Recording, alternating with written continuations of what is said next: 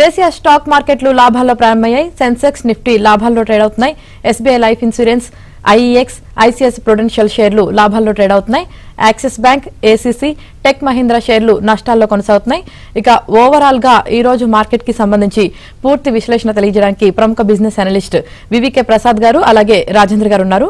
మీకు ఎలాంటి డౌట్స్ ఉన్నా స్క్రీన్ మీద కనిపిస్తున్న నెంబర్ కి కాల్ చేసి అడగొచ్చు. అలాగే కామెంట్ రూపంలో కూడా మీ ప్రశ్నని అడగొచ్చు. నేను అడిగి నివృత్తి చేసే ప్రయత్నం చేస్తాను.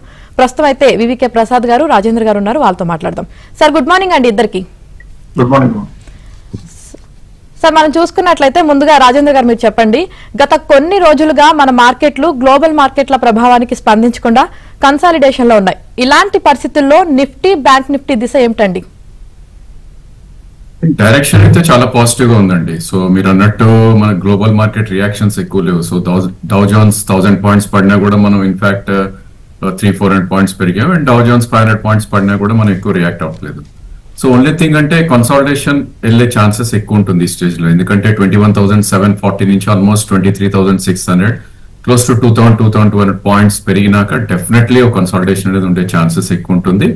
అండ్ గుడ్ థింగ్ ఏంటంటే ప్రీవియస్ స్వింగ్ హై ఏదైతే ఉందో 23,869 పైన decisively couple of days close అయింది. అంటే హైయర్ హైస్ ఫార్మేషన్ అనేది రావటం చూస్తున్నాం మనం. సో డెఫినెట్లీ వర్స్ట్ అయితే అయిపోయింది అని ఒక ఫీల్ ఇస్తుంది మార్కెట్స్ నిఫ్టీ పరంగా మనం చూస్తే కనుక. బట్ ఏదైనప్పటికీ గ్లోబల్ ఈవెంట్స్ టర్మియాల్ మళ్ళా కొనసాగితే కనుక రానున్న రోజుల్లో మేబీ మళ్ళీ కరెక్ట్ అయ్యే ఛాన్సెస్ కూడా ఉంది. సో యాజ్ ఆఫ్ నౌ చూస్తే కనుక 23,535 అంటే ఇక్కడ నుంచి 800 పాయింట్స్ కింద కరెక్ట్ అవుతేనే మేబీ ఒక వీక్నెస్ అనేది ఉంటుంది. Otherwise every dip calls for a by అని చెప్పొచ్చు. సో గ్యాప్ మనకి ఏదైతే క్రియేట్ అయిందో 17th రోజు, ఆ గ్యాప్ లో చూస్తే 23,872 అంటే ఇక్కడ నుంచి 500 పాయింట్స్ కింద ఒక గ్రేట్ సపోర్ట్ ఉంది కాబట్టి బై డిప్స్ గా చెప్పుకుంటాం. Similarly bank Nifty last 4 days నుంచి ఒక కరెక్షన్ కి గురైనా కూడా ప్రాబబ్లీ మనకి 49,200 నుంచి 56,000 ఆల్మోస్ట్ 7,000 పాయింట్స్ పెరిగినాక 1,000 పాయింట్స్ కరెక్ట్ అవడం అనేది it's nothing. So even bank Nifty కూడా ఒక గ్యాప్ క్రియేట్ అయింది 17th March రోజు 54,407. అంటే ఇక్కడ నుంచి ఒక 600-620 పాయింట్స్ పడితే కనుక బ్యాంక్ నిఫ్టీ కొనే ప్రయత్నం చేయొచ్చు. బట్ ఏ లాంగ్ పొజిషన్ తీసుకున్నా కూడా విత్ స్టాప్ లాస్ అనేది పెట్టుకోవాలి. ఫర్ ఎగ్జాంపుల్ బ్యాంక్ నిఫ్టీ 54,400 లో ఉంటే కనుక 54,200 స్టాప్ లాస్ అనేది పెట్టుకోవాలి. ఈవెన్ నిఫ్టీ కూడా 23,800 దగ్గర ఉంటే కనుక మేబీ 23,650 ఆ లెవెల్స్ లో స్టాప్ లాస్ అనేది పెట్టుకోవాలి. Right sir. అలాగే ప్రసాద్ గారు, కంపెనీల రిజల్ట్స్ అన్ని మీరు ట్రాక్ చేస్తూ ఉంటారు కదా, మరి ఇప్పటి వరకు వచ్చిన రిజల్ట్స్ చూస్తే ఎన్ని కంపెనీలు బాగున్నట్లు తెలుస్తుంది? అంటే అందులో ఎన్ని కొనడానికి అనువుగా ఉన్నాయి అంటే ఏం చెప్తారు? అంటే ఎప్పుడు కూడా రిజల్ట్స్ వచ్చేటప్పుడు మేము చూసేది ఏంటంటే మొత్తం మీద రివ్యూ చేస్తే ఎన్ని కంపెనీ రిజల్ట్స్ వచ్చినాయో అనౌన్స్ చేసినాయో చూస్తూ ఉంటాం. అందులో ఎప్పుడు కూడా చిన్న చిన్న కంపెనీలు అంటే ఇటువంటి విపత్కర పరిస్థితి అనకపోయినా కనీసం కొద్దిగా అన్సర్టనిటీ ఉన్నప్పుడు రిటైల్ ఇన్వెస్టర్స్ చిన్న చిన్న కంపెనీలు దూరంగా ఉండటం అనేది మంచి పద్ధతి అవుతుంది. చిన్నవి అంటే 1000 కోట్ల కన్నా తక్కువ ఉన్న కంపెనీలు దూరంగా ఉండటం మంచిది. అలా చూస్తే ఇప్పుడు వరకు దాదాపుగా 94 కంపెనీస్ అంటే 1000 కోట్ల కన్నా ఎక్కువ మార్కెట్ క్యాప్ ఉన్నాయి 94 కంపెనీస్ రిజల్ట్స్ అనౌన్స్ చేస్తే అందులో 60 బాగున్నాయి. అంటే దాదాపుగా 64%. ఇది ఎందుకు ముఖ్యం అంటే దాదాపుగా ప్రతి ఒక్క కంపెనీ బాగాలేకపోతే 2 కంపెనీలు బాగానే ఉన్నట్టుగా కనపడుతుంది. సో కార్పొరేట్ ఇండియా బాగుందా అంటే బాగానే ఉందని తెలుస్తుంది. ఇందులో కొనుక్కోవడానికి ఎన్ని బాగున్నాయి అని కూడా అడగాలి. ఎందుకంటే బాగుండటం వేరు, మనం కొనుక్కోవడానికి అనువుగా ఉండటం వేరు. అందువల్ల ఇప్పటి వరకు వచ్చిన రిజల్ట్స్ అన్ని చూస్తే మొట్టమొదటి చెప్పడానికి ఆపుకోలేక నేను చెప్పాల్సి వస్తుంది. ఎందుకంటే తెలుగు ఇన్వెస్టర్లో ఎక్కువ మందికి ఎప్పుడు కూడా కనపడేది ఏంటంటే లారస్ ల్యాబొరేటరీస్, దివీస్ ఇలాంటివి కనుక చెప్తే విపరీతమైన విషయాలు వచ్చేస్తుంది. అందులో చూస్తే లారస్ ల్యాబొరేటరీస్ బ్రహ్మాండమైన రిజల్ట్స్ ఇవ్వటం, అది ఇప్పుడు మాకు టాప్ పెర్ఫార్మర్ గా ఉంది. ఇవాటి వరకు చూస్తే ఇంకా రిజల్ట్స్ చూస్తే కిందకి వెళ్ళొచ్చు, కానీ ప్రస్తుతానికి చూస్తే బ్రహ్మాండమైన పెర్ఫార్మర్ లాగా ఉంది. మా లెక్క ప్రకారం 1,004 రూపీస్ దాకా వెళ్ళే అవకాశం ఉందంటే 55% స్కోప్ ఉంది. దాదాపుగా 10 కంపెనీలు వచ్చినాయి టాప్ లిస్ట్ లో. ఆ 10 చదివేస్తాను పేర్లు స్కోపు చెప్పకుండా. నెక్స్ట్ స్టెర్లింగ్ అండ్ విల్సన్, తర్వాత Syngene International, Cyient DLM, Adani energy solutions, Hindustan Unilever, Can Fin Homes, Havells India, GNA axles, Wipro. ఈ 10 కంపెనీలు కూడా కొనుక్కోవడానికి బాగున్నాయి. మీరు నోటీస్ చేయవలసిందల్లా కార్పొరేట్ ఇండియాకి ప్రపంచవ్యాప్తంగా వచ్చిన అనిశ్చితి వల్ల పెద్దగా ప్రమాదం లేదని గుర్తుపెట్టుకుని ఈ కంపెనీల మీద ప్రస్తుతానికి ఫోకస్ పెట్టుకుంటే ఇవన్నీ కూడా 30% కన్నా పెరగడానికి ఛాన్స్ ఉన్నాయి. రిజల్ట్స్ బాగున్నాయి, అందుకని పాజిటివ్ గా కనపడుతుందని చెప్పచ్చు. ఓకే సార్, ఒక కాల్ ఉన్నారు సార్, శ్రీనివాస్ గారు. శ్రీనివాస్ గారు. హలో, ప్రసాద్ సార్ గారికి నమస్కారం సార్. నమస్కారం, చెప్పండి సార్. నా దగ్గర వచ్చేసి ఒక 5 స్టాక్స్ ఉన్నాయి సార్. ఇవి అమ్మేసి నేను హెచ్డిఎఫ్సి 50 క్యాప్ ఫండ్ ఒకటి, తర్వాత వచ్చేసి నిపాన్ ఇండియా గ్రోత్ ఫండ్ లోకి పోదాం అనుకుంటున్నాను. ఆ 5 స్టాక్స్ కూడా చెప్తాను చూడండి సార్. డీమార్ట్ ఒకటి, పాలిక్యాబ్ ఒకటి, తర్వాత వచ్చేసి యూనో మిండా ఒకటి, కేటీఆర్ మిల్స్ ఒకటి, వరుణ్ బెవరేజెస్ సార్. అన్ని కంపెనీలు చెప్పాలంటే టైం ఉండదండి యూజువల్ గా. అంటే డీమార్ట్ ఒకటి, పాలిక్యాబ్ ఒకటి, వరుణ్ బెవరేజెస్ సార్. ఈ 3 అమ్మేసి ఈ 2 ఫండ్స్ లోకి వెళ్ళిపోదాం అనుకుంటున్నాం సార్. ఇది గుడ్ ఫండ్స్ లో గుడ్డేనా సార్? మ్యూచువల్ ఫండ్స్ లోకి వెళ్దాం అంటున్నారా? అవునండి, అవును సార్. అంటే మంచి ఆలోచన కాదండి, ఏమాత్రం మంచి ఆలోచన కాదు. ఎందుకు ఒక్క నిమిషం ఓపిక పట్టి వినండి. ఇండియాలో ఉన్నటువంటి మ్యూచువల్ ఫండ్స్ అన్నిటి మీద ఈ మధ్యనే ఒక స్టడీ వచ్చిందండి. ఏంటంటే ఎవరైనా మ్యూచువల్ ఫండ్ మేనేజర్లు ఏదన్నా స్కీమ్ బ్రహ్మాండంగా ఉందని చెప్తుంటే ఆ స్కీమ్ లో ఆ మ్యూచువల్ ఫండ్ మేనేజర్ ఎన్ని రోజుల నుంచి వెయిట్ చేస్తూ ఎన్ని రోజుల నుంచి పర్ఫామ్ చేస్తున్నారని చూస్తే దాదాపుగా 1600 మంది ఫండ్ మేనేజర్లు ఇండియాలో ఉంటే ఇలాంటి నాలాంటి డబ్బులను మేనేజ్ చేయడానికి ఫండ్ మేనేజర్లుగా అందులో 25 మంది మాత్రమే 15 సంవత్సరాల కన్నా ఎక్కువ ఒక స్కీమ్ లో చేస్తున్నారు. అంటే రిలేటివ్లీ న్యూ ఎక్స్పీరియన్స్, కొత్త వాళ్ళందరూ ఫండ్ మేనేజర్లుగా కూర్చుంటున్నారు. అందులో 20 ఏళ్ళ కన్నా ఎక్కువ మంది ఎంతమంది ఉన్నారో చూస్తే కేవలం 10-12 మంది ఉన్నారు. అంటే అర్థం ఏంటంటే మన డబ్బులు మ్యూచువల్ ఫండ్ అంటే కనపడకుండా ఏదో నమ్మకం ప్రకారం పెట్టేస్తే అందులో మేనేజ్ చేసే వాళ్ళకి ఎక్స్పీరియన్స్ తక్కువ. వాళ్ళ చేతుల్లో పెట్టే కన్నా మీరు కొద్దిగా జాగ్రత్తగా ఉంటే మీ అంతా మీరు మేనేజ్ చేసుకుంటే మంచిది. మీరు చెప్తున్న కంపెనీలో పాలిక్యాబ్ అన్నారు, దాని గురించి ఏమీ కంగారు పడక్కర్లా. ఖచ్చితంగా మంచి కంపెనీ, రిజల్ట్స్ వచ్చినాక చూడొచ్చు మళ్ళీ. కాబట్టి మంచి కంపెనీలు దేశీయంగా ఉన్నటువంటి గ్రోత్ లో ఉన్న కంపెనీలో కొనుక్కోవడం మంచిది నా ఉద్దేశం ప్రకారం. అందువల్ల ఈ మార్కెట్ లో కొద్దిగా హెచ్చు తగ్గులు వస్తే మ్యూచువల్ ఫండ్ మంచిది అనుకోకండి. అది మొదటికే కూడా మోసం తెచ్చే అవకాశం ఉంటుంది. అది బ్యాడ్ అని చెప్పను, కానీ అందులో 100-200 కంపెనీలు ఎక్కువ కొంటారు కాబట్టి మీకు గ్రోత్ రావడం తక్కువ. దానికన్నా ఎక్స్చేంజ్ ట్రేడెడ్ ఫండ్ అయినా నిఫ్టీ డీసీ కొనుక్కుంటే బెటర్, కానీ మ్యూచువల్ ఫండ్ లో కొనుక్కోవటం తెలియక వేరే దానిలో పెట్టుకోవడం మంచి పద్ధతి కాదు. Mutual fund is not for people who have some time to look at. Manage చేసుకోవడానికి చూసుకోవడానికి కొద్దిగా సమయం ఉండి మినిమం తెలివితేటలు ఉంటే కనుక మ్యూచువల్ ఫండ్ కన్నా ఈక్విటీసే మీకు బెటర్ అవుతుంది. రైట్ సార్, ఇంకొక కాల్ ఉన్నారు కిషన్ గారు. కిషన్ గారు good morning sir. Good morning. ఈ హిందుస్థాన్ ఏరోనాటికల్ ఏ రేట్ లో తీసుకొస్తారు లాంగ్ కోసం? ఏ రేట్ అంటే మీరే చెప్పాలి. So Hindustan HIL actually multi month high దగ్గర ట్రేడ్ అవుతున్న స్టాక్ అండి ఇప్పుడు. సో మన గతంలో కూడా చూసాం, ఆల్మోస్ట్ 5600 ఆ లెవెల్ నుంచి క్లోజ్ టు అరౌండ్ 3000 దాకా ఆల్మోస్ట్ 40-45% పడ్డాక లాస్ట్ మంత్ ఒక ఎంగల్ఫింగ్ ప్యాటర్న్ అనేది రావటం చూస్తున్నాం.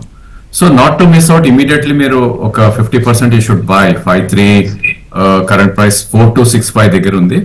అండ్ సెకండ్ ప్రైస్ పాయింట్ మీరు 4005 దగ్గర తీసుకోవాలి, అది 200-day moving average.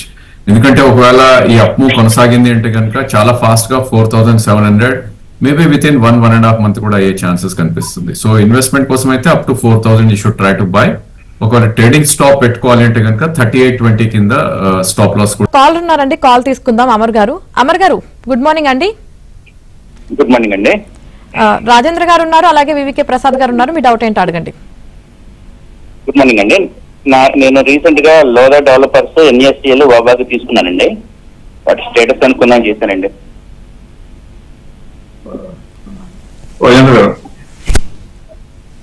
I think probably మీరు తీసుకున్న స్టాక్స్ అన్ని కూడా గుడ్ నేమ్స్ ఏనండి. ఓన్లీ థింగ్ ఏంటంటే లోదా డెవలపర్స్ కొద్దిగా కాంట్రవర్సీస్ ఉన్న నేమ్ గతంలో కూడా. సో ప్రాబ్లీ ఆ స్టాక్ కన్నా I think you should look into other better stocks in case real estate లోనే ఉండాలి అంటే కనుక. సో ఈ స్టేజ్ లో technically most of the stocks ఏవైతే సెప్టెంబర్ నుంచి కరెక్ట్ అవుతున్నాయో ఒక బాటమ్ ఫామ్ అయ్యి కొద్దిగా అప్మోస్ట్ రావటం చూస్తున్నాం. Names are very good. Maybe Lodha నుంచి if you can shift to probably Godrej లాంటి బెటర్ నేమ్స్ లో ఉంటే దట్స్ ఎ గుడ్ ఐడియా అని నా ఉద్దేశం. రైట్ సార్, అలాగే ఇంకొక కాలర్ ఉన్నారండి, ఎల్ఐ గారు. ఏ స్టాక్ అడగండి. సార్ నమస్కారం అండి. నమస్తే అండి. సార్ 30 ఏప్రిల్ 24,250 కాల్ ఆప్షన్ ఉంది సార్. 220లో చెప్తారా sir? Call option sir Nifty 24250.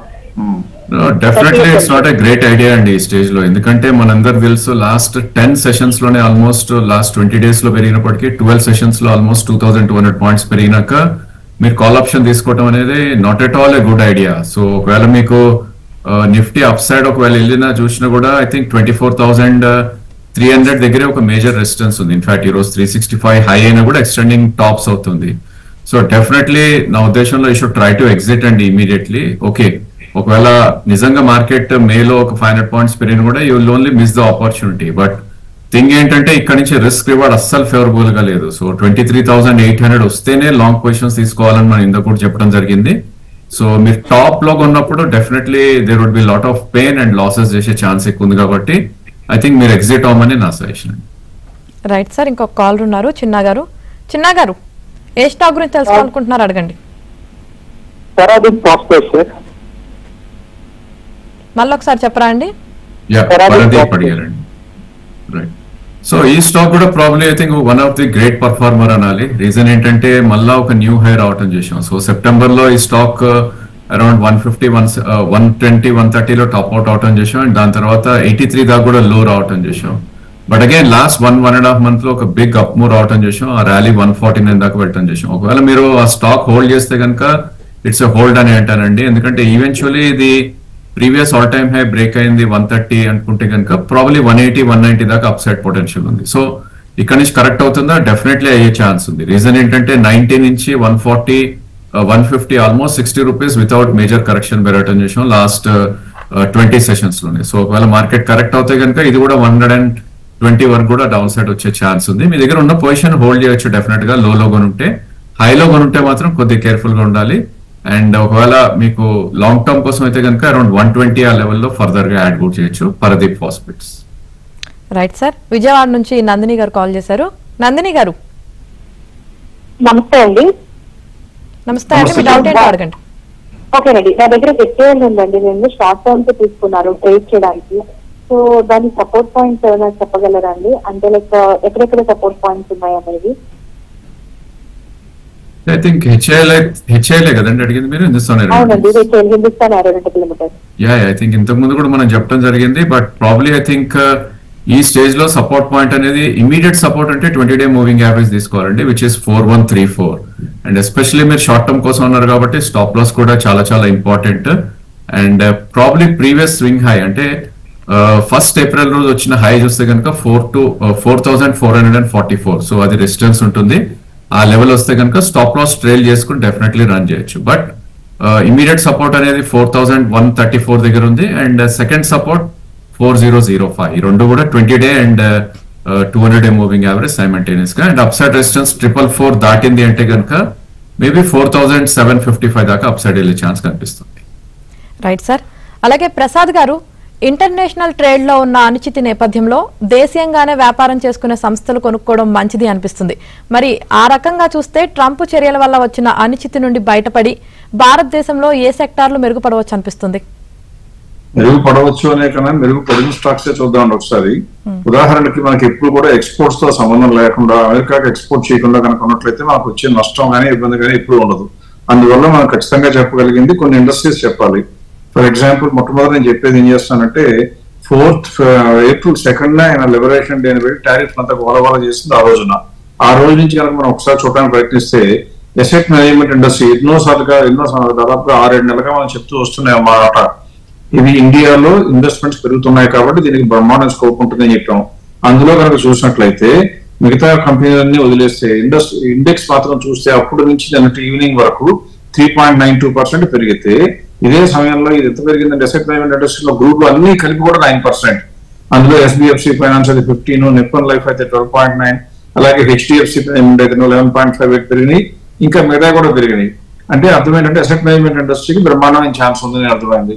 దాని తర్వాత ఇంకోటి ఏంటి, ఎక్స్పోర్ట్స్ తో సంబంధం లేనిది అమెరికా ఏం పీకినా మనకేం నష్టం రాని ఇండస్ట్రీ ఏంటి అని చూస్తే బ్యాంకింగ్ లో కూడా చూస్తే 2,500 కన్నా మార్కెట్ క్యాప్ ఎక్కువ ఉన్న షేర్లు ఎన్ని April 2nd నుంచి ఇప్పటి వరకు ఎంత పెరిగాయని చూస్తే ఈ సమయంలో ఇండెక్స్ 3.92 పెరిగిందనే తెలుసు మనకి. ఈ షేర్లు అన్ని కలిపి యావరేజ్ 9.95.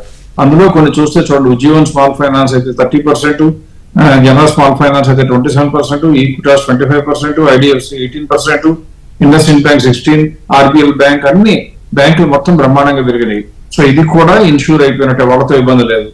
ఇంకొకటి FMCG, ఇండియాలో ఉన్న మనుషులు ఇండియాలో ఫుడ్ అయితే తింటారు, దానికి సంబంధించిన వస్తువులు ఇండియాలోనే వాడుకుంటారు కాబట్టి FMCG ఇండస్ట్రీ కూడా సామాన్యంగా లోటు ఉండదు.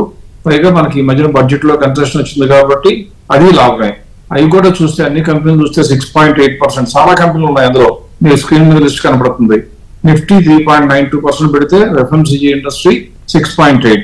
అందులో కాల్గేట్ పామాలివ్ ఎప్పుడు వానపాములాగా కదిలే కంపెనీ కూడా దాదాపుగా 15% పెరగటం, బెకాయి ఫుడ్స్ 12%, నెస్లే ఇండియా 10%, ఇమామి 10%, అలా ఎన్నో కంపెనీలు ఇండెక్స్ కన్నా కూడా చాలా స్పీడ్ గా వెళ్తున్నాయి.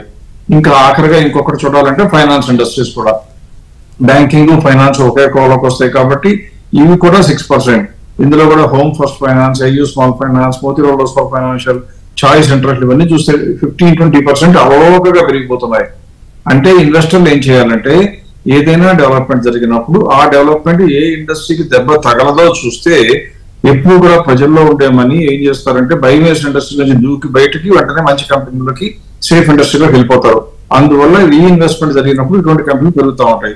సో ఇలాంటివి కొనుక్కోవడం మంచిది. ఆఖరిగా ఇంకొకటి చెప్పాలి అంటే హాస్పిటల్స్ అండ్ మెడికల్ గ్రూపింగ్ అన్నమాట. ఇందులో ఏం జరుగుతుందంటే మనకి జబ్బులు చేయటం కామన్, మన జీవన స్థితిగతులు ఏమీ మారవు కాబట్టి ఇది కూడా 6% పెరిగింది. ఇందులో చూస్తే చూడండి, thyroid care 17%, Yatharth hospital 15%, Metropolis health care, doctor Lal Path lab, Vijaya diagnostics, Krishna institute ఇవన్నీ హైదరాబాద్ తెలంగాణలో ఉన్న కంపెనీలే. ఇవి కూడా పెరిగి వచ్చింది 9-10%. ఇండెక్స్ కన్నా బ్రహ్మాండంగా పెరుగుతున్నాయి. సో ఈ 5 ఇండస్ట్రీస్ మీద ఫోకస్ చేసుకుని మీకు ఎక్స్పోజర్ లేకపోతే ఈ 5 ఇండస్ట్రీస్ లో కూడా కొద్దిగా గొప్ప ఎక్స్పోజర్ తీసుకోవటం రాబోయేటువంటి 6 నెలల్లో ప్రపంచం ఎట్లా వెళ్ళినా మీకు పోర్ట్ఫోలియో సేఫ్టీ ఇచ్చే అవకాశం ఉంటుంది. రైట్ సార్, ఒక కాల్ ఉన్నారు సార్, కాల్ తీసుకుందాం. నాగార్జున గారు. నాగార్జున గారు సార్, గుడ్ మార్నింగ్ రాజేంద్ర గారు. Sir, Adani ports and action constructions ఏంటి ప్రైస్ చెప్పండి sir. I think Adani port probably ఇక్కడే ఫస్ట్ పాయింట్ అనేది మనం చూసుకోవాలండి. ఎందుకంటే ఇది ఆల్మోస్ట్ ఇప్పుడే 200-డే మూవింగ్ యావరేజ్ పైన ట్రేడ్ అవటం చూస్తున్నాం. ఆఫ్ కోర్స్ ఈ స్టాక్ మనకి లో నుంచి చూస్తే కనుక 1010 నుంచి కరెంట్ మార్కెట్ ప్రైస్ 1210 దగ్గర ఉంది. So definitely first price point ఇక్కడే చూస్ చేసుకోవాలి మనం. బట్ సెకండ్ 1209, 1210 మధ్యలో. అండ్ సెకండ్ ప్రైస్ పాయింట్ కొద్దిగా దూరంగా ఉందని చెప్పాలండి. ఎందుకంటే ప్రాబ్లీ 1130 అనేది ఐ థింక్ గ్యాప్ ఒకటి క్రియేట్ అయింది మనకి 9th ఏప్రిల్ రోజు. సో ఇంకో 70 రూపీస్ ఒకవేళ పడితే కనుక సెకండ్ ప్రైస్ పాయింట్ లో we should try to buy. And ace construction కూడా ప్రాబ్లీ ఐ థింక్ ఇక్కడ ఫస్ట్ ప్రైస్ పాయింట్ చూస్ చేసుకోవాలి. ఎందుకంటే లాస్ట్ మంత్ ఒక బాటమ్ ఫార్మేషన్ జరగటం చేసాం 917 దగ్గర, అండ్ కరెంట్లీ 1200 దగ్గర ఉంది. And second price point definitely మొన్నటి లో ఏదైతే ఉందో ఐ థింక్ 1060 ఏదైతే ట్రంప్ టారిఫ్ అనౌన్స్ చేశాడో 7th ఏప్రిల్ రోజు, అది లో అనమాట 1060. అక్కడ వరకు సెకండ్ ప్రైస్ పాయింట్ లో చూస్ చేసుకోవాలి. రైట్ సార్, ఇంకొక కాలర్ ఉన్నారు, అరుణ గారు. అరుణ గారు, ఏ స్టాక్ గురించి తెలుసుకోవాలనుకుంటున్నారో అడగండి. ఓకే అండి, నా దగ్గర ట్రాన్స్ఫార్మర్స్ అండ్ రెక్టిఫైర్స్ తీసుకోవాలనుకుంటున్నానండి. యాక్చువల్ గా నా దగ్గర వోల్టాంప్ ఉంది. రెండిట్లో ఏది బెస్ట్ అంటారు? అంటే రెండు తీసుకోవచ్చా? ప్రైస్ పాయింట్స్, దాని సపోర్ట్ రేంజ్ చెప్పగలరా? I think transformer and rectifier, it's a vertically up moving stock అండి. సో దాని బదులు I think Voltamp is a great idea. So నా ఉద్దేశంలో ప్రాబ్లీ 14,800 నుంచి ఆల్మోస్ట్ 6,000 దాకా కరెక్ట్ అవటం చూసాం. వోల్టాంప్ కరెంట్లీ 7,400 దగ్గర ఉంది. బెస్ట్ ఐడియా ఏంటంటే ఎస్ఐపి వి షుడ్ డూ. ఒకవేళ మొన్నటి లో 6,051 కట్ అయింది అంటే కనుక 5,500 కూడా రావచ్చు ఈ స్టాక్. సో 2-3 months లో ఐ థింక్ ఒక ఎస్ఐపి మోడ్ లో మీరు వోల్టాంప్ లో ఇన్వెస్ట్ చేస్తే it's a great idea. But only thing గుర్తుపెట్టుకోవాల్సింది ఏంటంటే జనవరి 2023లో ఇది 2,300 రూపీస్ ఉన్న స్టాక్. సో అది we should keep in mind. So only 4,800 నుంచి హాఫ్ అయింది కదా అని కొంటాం కాకుండా కింద నుంచి కూడా ఎంత పెరిగిందో చూస్తే కనుక సపోజ్ జనవరి 2023లో ఎవరన్నా 2,300 లో కొనుంటే కనుక still they are 3 times profits, 3x returns ఇంకా ఉన్నాయని చెప్పాలి. సో ఈ నేపథ్యంలో 5,500 వరకు one should try to accumulate Voltamp. అది కూడా 1.5 to 2 years టైం ఫ్రేమ్ ఉంటాయి.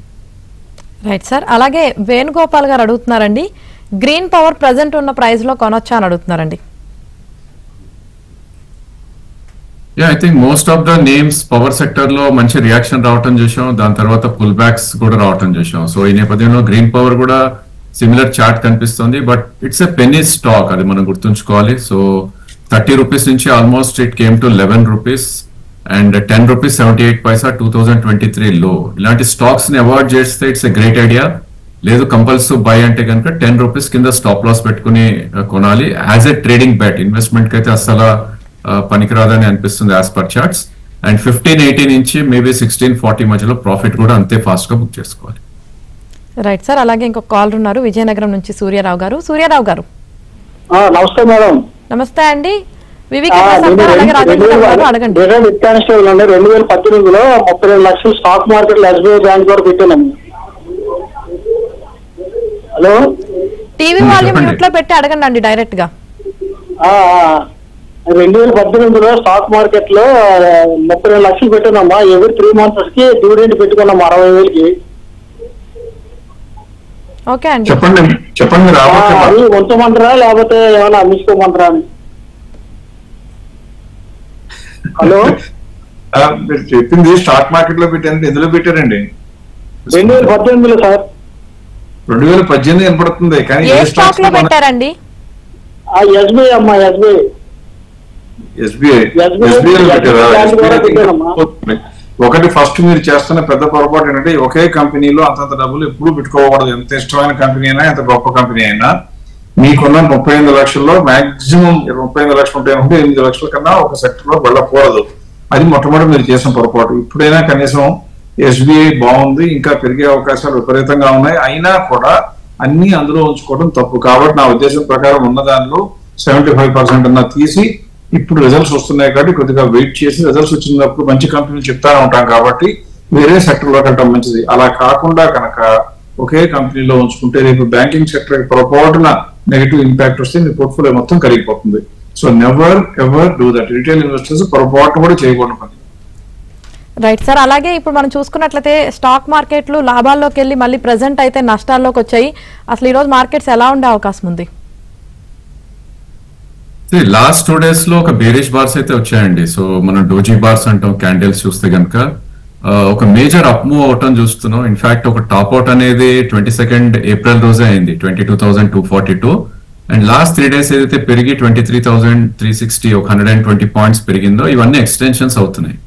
సో డెఫినెట్లీ ఒక సైడ్ వేస్ నుంచి ఒక కన్సాలిడేషన్ ఆర్ ఒక రిట్రేస్మెంట్ లెవెల్స్ అని చెప్పాలి. సో మేజర్ సపోర్ట్ ఇందాకే చెప్పినట్టు 23,800 దగ్గర ఉండే ఛాన్స్ ఉంది. అక్కడ వరకు వెయిట్ చేస్తే it's a great idea and probably అక్కడ ప్రాఫిట్స్ ఉన్నా కూడా I think one should try to take some profits ఈ లెవెల్స్ లో, ఎందుకంటే రిస్క్ టు రివార్డ్ అంత ఫేవరబుల్ గా లేదు. సిమిలర్లీ బ్యాంక్ నిఫ్టీ ఇందాకే అనుకున్నట్టు ఆల్మోస్ట్ ఆ గ్యాప్ ఫిల్లింగ్ ప్రాసెస్ అయితే స్టార్ట్ అయిపోయింది. సో 54,400 అంటే ఇంకో 300 పాయింట్స్ కింద సపోర్ట్ ఉంది కాబట్టి maybe bank Nifty long attempt చేసే ప్రయత్నం చేయొచ్చు. విత్ 54,200 కింద స్ట్రిక్ట్ స్టాప్ లాస్ అనేది కంపల్సరీగా పెట్టుకోవాలి.